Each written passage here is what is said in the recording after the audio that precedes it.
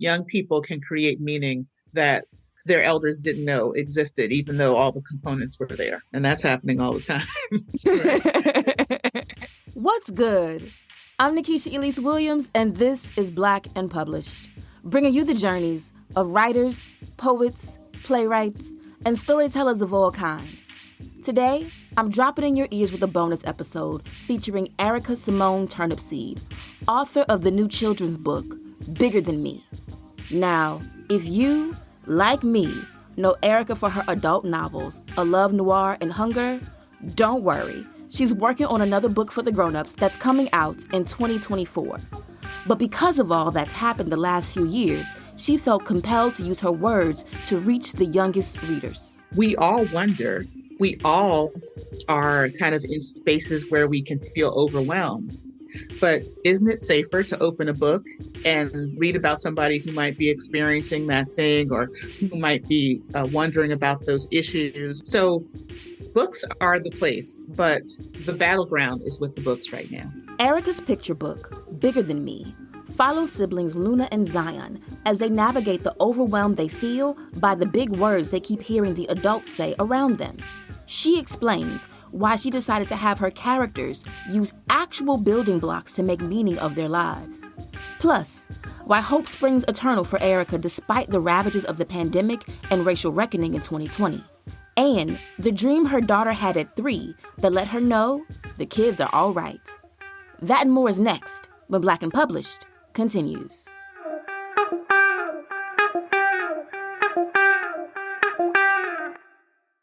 What inspired you to write for children? I had long thought that I would write for children at some point. When I started my professional writing journey, I was not a mom. I was just in a different place in my life and didn't necessarily feel like I had the fodder to write children's books, but I always loved children's books, particularly because my mom was a reading specialist and she kept a stack of children's books in our home well beyond the time that my brothers and I would be readers of them ourselves. So I definitely felt like there's something in there that I'd like to explore at some point. And really the opportunity presented itself during COVID. I had been thinking for a few years, I need to kind of figure out how this is going to happen. And I realized that there were some differences in how the children's book ecosystem looks relative to the adult one. And I didn't know how to really access it. I was still working on an adult novel at that point. I was kind of knee deep in all the things and just figured I would get to it at some point. But COVID, we were all home. I then had children in middle school. I was doing all the mom related things and really trying to, along with my husband, try to figure out how to help our kids to understand this unprecedented world that we were now in. Of course, we know that the racial reckoning happened right along with the unfolding of COVID, right? These issues of anti-Black racism are not new to this country, not new to those of us who have to live with those realities. But something about being at home and unable to do anything else but to connect via our devices and televisions made it so that we all saw it, right? Mm-hmm. Including our kids. There was no way to keep them from seeing it because it kept on playing and playing and replaying. So, we were trying to negotiate that as well, trying to help them to understand what was going on. We were making decisions about how we wanted to stand in solidarity with people who were raising their voices against police brutality. So we did attend some marches and rallies that we felt would be safe for our kids because we knew that not every space was safe. And I was posting about these things on social media. So the woman who would become my agent, who I did know in other spaces before, she was seeing my posts along with anyone else. She was responding to them. And when Congressman John Lewis passed away, we went and paid our respects. So we're here in DC. My son had recently done a project about Congressman Lewis and was especially moved by his passing. So we went, we paid our respects. Like I said, my son was actually interviewed by a local news station about us being there. I posted about that. And my agent, who then was not my agent, had asked me, have you thought about how to write about this in a children's book? Because it seems like there's something there. I said, I hadn't really thought about it, but I saw what she meant, right? Because certainly we were looking for resources. And I knew that other parents would be looking for resources for all these things because there are lots of difficult conversations we have to have with kids. And it's helpful sometimes when you have a book that opens up the conversation. I want to go back to something that you said right in the beginning when you said navigating children's publishing is different from navigating publishing for adults. What did you mean by that? I have to say, I'm still learning this, but what I realize is that the people who publish children's books and adult books are different people, right? So that's one piece. The other piece is that marketing books to kids is just different, right? Most kids are not making decisions to attend book signings at 7 p.m. on a Thursday, right? Yeah. So you're always operating through other intermediaries. You're operating through parents. You're operating through teachers and through librarians. Kids learn about books through those means, particularly when we're talking about little kids and children's picture books, right?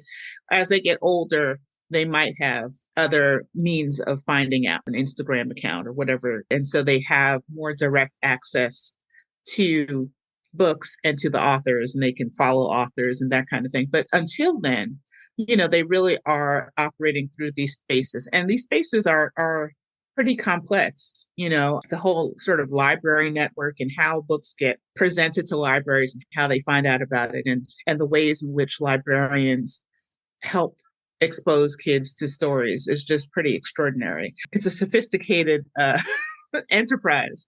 And I just didn't really know how that looked. So I realized that I don't have to know every piece of it intimately, but I do need to know enough about it because now that I'm in this space of promoting my book, I need to know how to go about it, what organizations can tap me into those networks. And even though I have traditionally published my book and I do get support from my publisher, it's still very much the responsibility of the author to do the work that she's wants to do, and as you do more, they do more. That's the other thing. So then in having to get the book out through intermediaries and knowing that you're tackling, I won't say sensitive topics, but topics that people can be sensitive towards just because of the state of the sociopolitical landscape right now. Right. How do you break through to appeal to parents and librarians and schools and the book fairs that go to them to carry this book that is timely and is necessary for a lot of our students, but some may be hesitant to do so, again, because of the sociopolitical landscape that we're living in right now? So that's a great question and a difficult question to answer because, so many teachers and librarians in particular are in very unenviable positions, right? Life is hard. This is not new. This is true. And right now we are dealing with a lot of forces arrayed against telling the truth. And so for those people who work most directly with kids, right, who see the kids in their school settings, in their school libraries, in the public libraries after school or on weekends or whenever else kids might go, they are witnessing kids who are trying to make sense of the world. And they know that books are probably the safest way of helping them to do that, right? Because we all wonder, we all are kind of in spaces where we can feel overwhelmed. But isn't it safer to open a book and read about somebody who might be experiencing that thing or who might be wondering about those issues? Or that's safer than going to unknowledgeable folks who might steer us in the wrong direction. It's safer than going to the internet where you might get as much bad information as you can get good. It's safer than going to social media where people might exploit your vulnerability, right? So books are the place, but the battleground is with the books right now. Like I said, I don't envy those people who know that it's important to offer kids these books, but there are people who are afraid, or they think that there's like, it's like a Pandora's box, right? That if we open this box, then we're somehow going to fill these kids' heads with ideas that can be destructive to them or change who they understand themselves to be. More often than not, that's not happening. Kids are living in the world like we are as adults. They are experiencing things, they are hearing things, they are experiencing the byproduct of challenges that their parents are having, right? If if mom or dad loses their job, it impacts what we eat, what they can buy for me, what we can do on Saturdays, right? Um, if grandma gets ill and can't buy her medicine, these are, I mean, these are real issues that have real implications for kids. And so, how do I break through? The best thing I can do is make sure people know about the book, that they can associate a name and a face that helps, that they understand, that I understand they are already having these conversations, and that the book is actually a tool. The words in my book aren't the only big words that kids are hearing. And if they can see that I am on their side, that I understand, that I can be discerning in how I express things in different settings and with different age groups of kids, then hopefully they'll trust me and want to present my book as an option. So I live in Florida, which already Okay, has its problems. But I sure. live in an area of Florida where I'm in Jacksonville, so it's the northeast part of the state, and a county that is just 20 minutes away from me by car ride.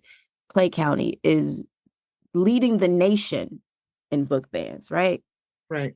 And books are being positioned, you called it a Pandora's box, but I think of it like almost like a gateway drug to what conservative forces are calling woke thought that will make white children hate themselves or something. I don't know.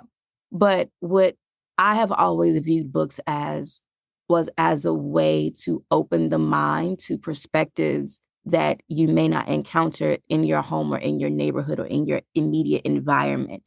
And what we know about COVID is that the United States populace, depending on where you lived, the color of your skin, the job that you held, experienced a global pandemic very different from other people that may have lived, say, a 20-minute car ride down the road.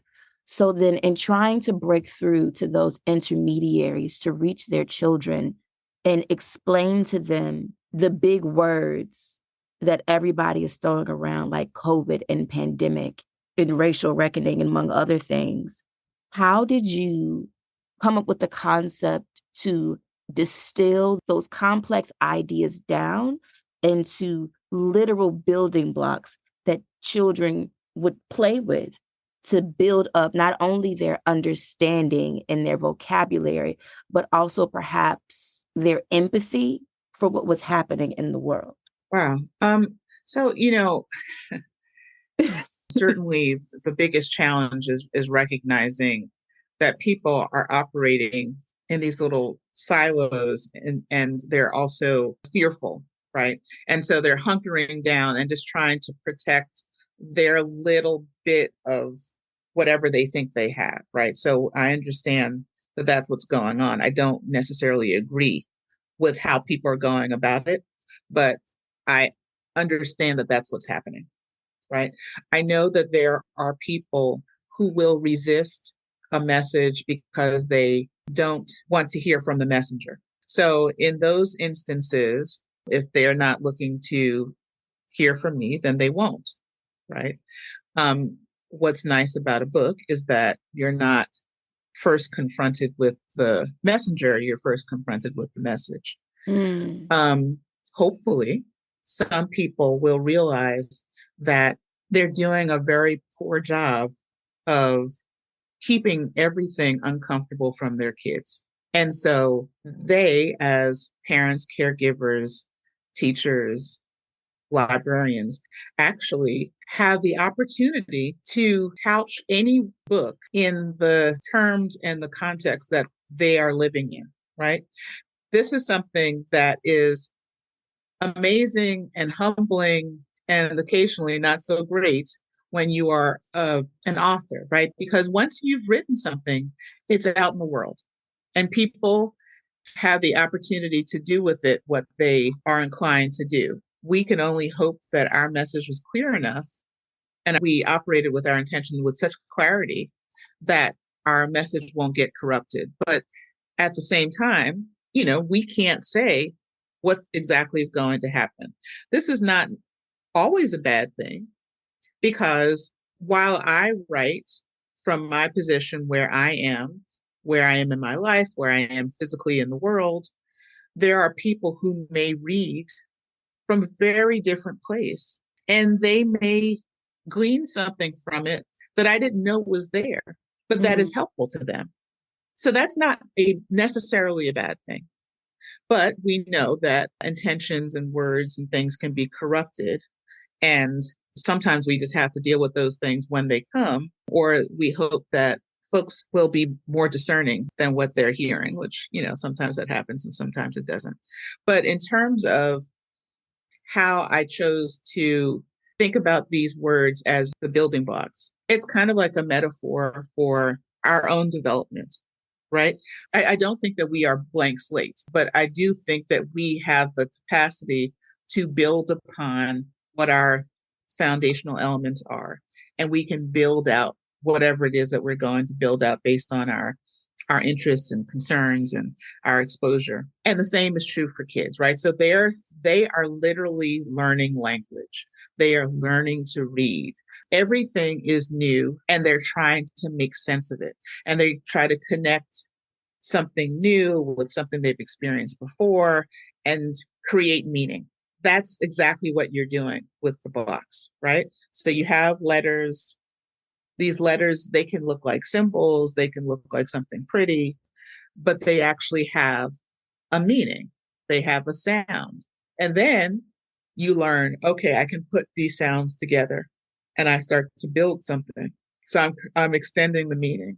When we have our children, hopefully we are able to be somewhat thoughtful about the fact that we are building or putting in place things in their lives to build and create meaning for them because they will not be children forever. And children also, they might build some things that we as adults haven't thought of yet.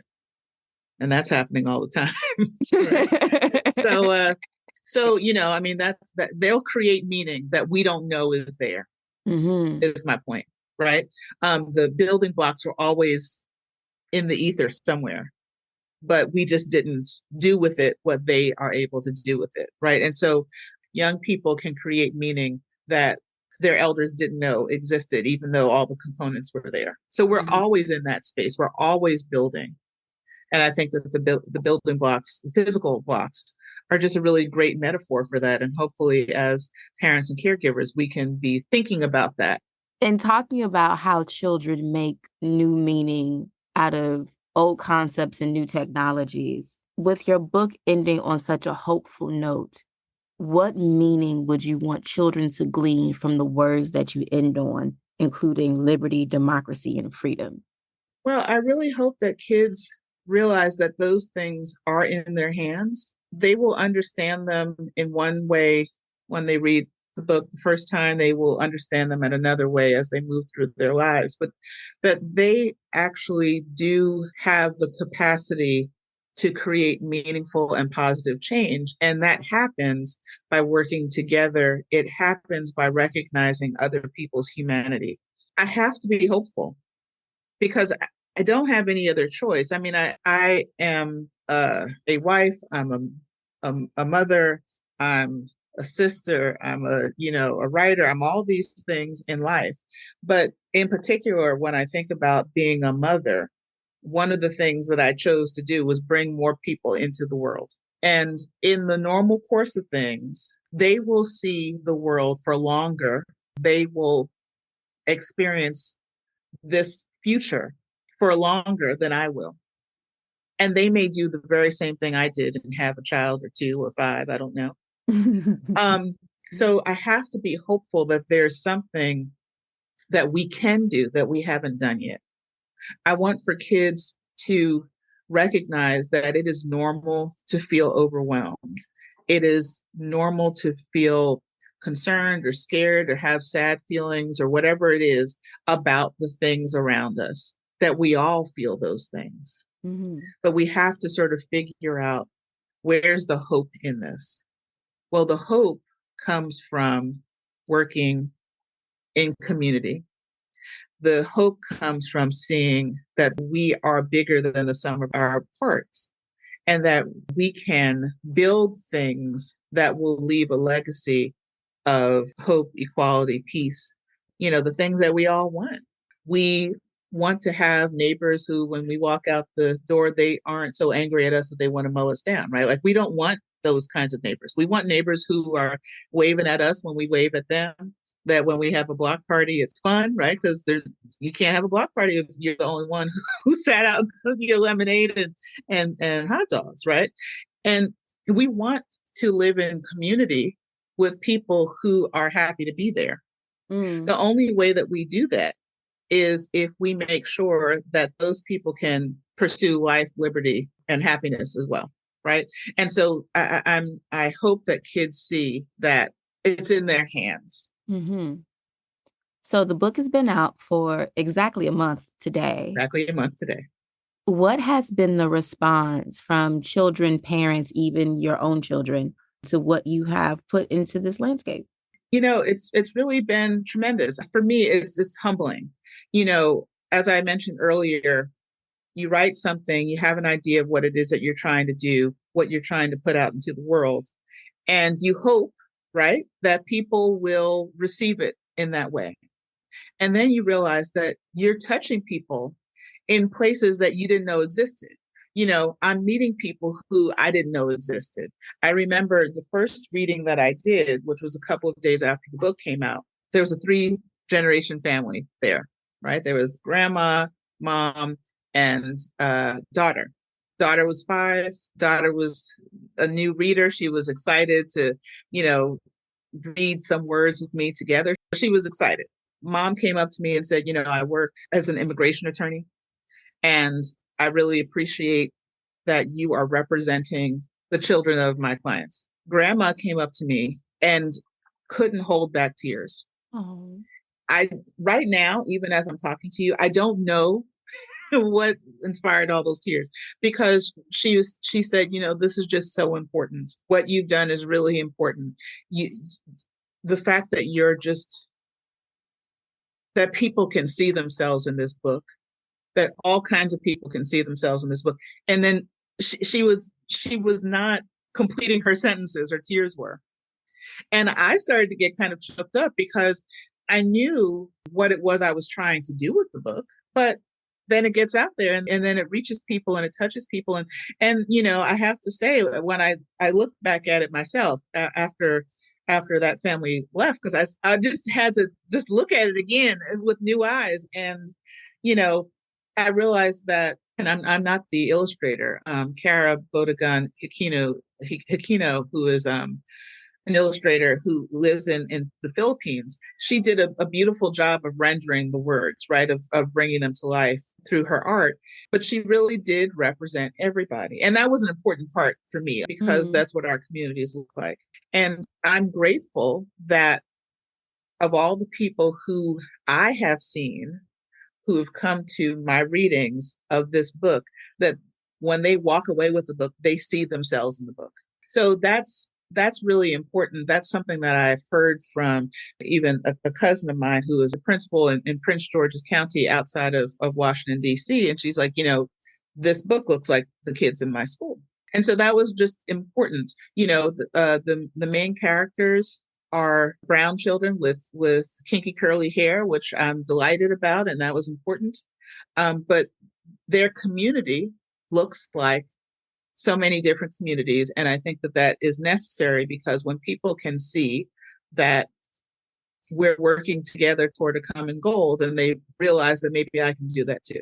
So my final question for you today, what is your hope for children and young readers? Well, I just really hope that they see possibilities. When I have been signing books, I'm writing dream bigger.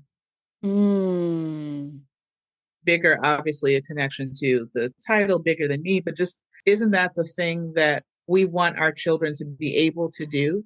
Is to dream, is to imagine a future that we, as as the people who maybe brought them in the world, as the people who are raising them, as the people who love them, who are teaching them, we might not even be able to imagine that for them. We don't know all the things that live inside of these little children that we see assembled in front of us on the carpet in the second grade classroom, right? But that doesn't mean it's not there. And so that's what I want, is for kids to be able to dream bigger. Mm. I will share this one experience that really brought this home to me. I lost my parents very early in my parenting journey, right? So that wasn't on my list, right? I was envisioning my kids knowing their grandparents, my parents and my husband's parents, for many, many years, but that wasn't in the cards. And so my daughter, who at the time she was 3 and she still napped in the middle of the day, she got up and she said, Mommy, when you get a chance, I'd like to talk to you. So for one, when your 3-year-old child tells you when you have a chance, when you have a chance, I'd like to talk to you, then you make time. So I sat down and I said, okay, you can tell Mommy whatever you want to tell me. And she said, while I was asleep in my dream, God told me to learn many languages. Okay. I was happy I was sitting down, because if I wasn't sitting down, I would have fallen to the floor. So I said, oh, okay. And she said, that's it. I just wanted to tell you. And then she bounced off to go to do whatever she was going to do. And I will say that my daughter is a polyglot, right? She's fluent in French. She's taught herself Spanish. She's teaching herself Portuguese. She says that language is easy.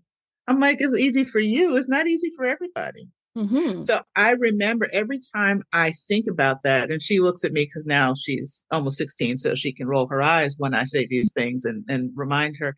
But I get choked up because I remember that dream when she was 3. And I don't know where that dream will take her. I don't know. But my child isn't the only child who has a dream. Mm-hmm. And I'm not trying to be sort of trite and, go through the I have a dream platitudes. I'm talking about there's something that lives inside of children. And sometimes they have a person to share it with. I'm happy that I was in a position to be the one that my daughter saw when she woke up from her nap, and that she felt comfortable to share with me what her dream was. That doesn't happen for every child, but that doesn't mean that every child shouldn't have the opportunity to dream bigger, to dream those dreams, and to start to create a path, and for those people in their lives to help them to create a path towards something that we maybe don't even understand ourselves. We don't know where it's going to take them. We might not know how we're going to help to support them to do it. And they will have many, many naysayers along the way. That's another whole conversation for another time. But, when they start to be 10 and 11 and 12 years old, they will have their own self-doubts. They will have classmates and other, peers who will tell them that what they're doing is foolish and stupid and unnecessary. They may have teachers who will tell them that these things are not important, or that that particular child, they don't have capacity to live into that dream. Mm-hmm. I want children to dream bigger. I hope that they will realize that, wait, I can create this world and I will need people and I will need help. And there will be people who don't want to be helpful, but there are people who will want to be helpful. Thank you. That was beautiful. Big thank you to Erica Simone Turnipseed for being here today on Black and Published. Make sure you check out Erica's picture book, Bigger Than Me, out now from Athenaeum. And if you're not following Erica, check her out on the socials. She's at erica.turnipseed on Instagram. And don't worry, we'll have the full Black and Published conversation when Erica's adult novel, American Sybil, comes out in the spring. Until then, I hope you liked this bonus episode of Black and Published. And if you want more Black and Published, head to our Instagram page. It's at Black and Published, and that's BLK and Published. There, I've posted a bonus clip from my interview with Erica about why both kids and adults need to know it's okay to ask for help. Make sure you check it out and let me know what you think in the comments. I'll still holler at y'all next year, 2024, when season 4 of Black and Published premieres on January 16th. I'll talk to you then. Peace.